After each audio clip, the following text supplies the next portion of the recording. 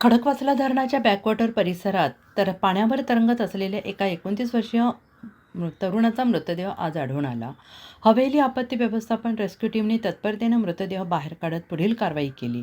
मिळालेल्या माहितीनुसार दीपक सकपाळ, वय वर्ष 29, राहणार सोनापूर, तालुका हवेली, हा सध्या कोल्हेवाडी येथे वास्तव्य करत होता. तो मंगळवारी संध्याकाळपासून बेपत्ता असल्याने नांदेड सिटी पोलीस स्टेशनला हरवल्याची तक्रार दाखल झाली होती.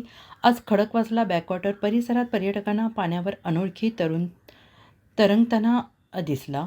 त्यांनी तात्काळ 112वर फोन करून ही माहिती दिली. हवेली आपत्ती व्यवस्थापन प्रमुख तानाजी भोसले यांच्या मार्गदर्शनाखाली संजय चोरगे, योगेश गोपी, हरिदास कुंडलिकराव वऱ्हाड यांच्या रेस्क्यू टीमने घटनास्थळी धाव घेतली आणि मृतदेह बाहेर काढला. पोलिसांनी ओळख पटवली असून पंचनामा आणि कायदेशीर प्रक्रिया पार पडली. मृत्यूचे नेमके कारण शवविच्छेदनानंतरच समोर येईल. या घटनेमुळे परिसरात शोककळा पसरली आहे.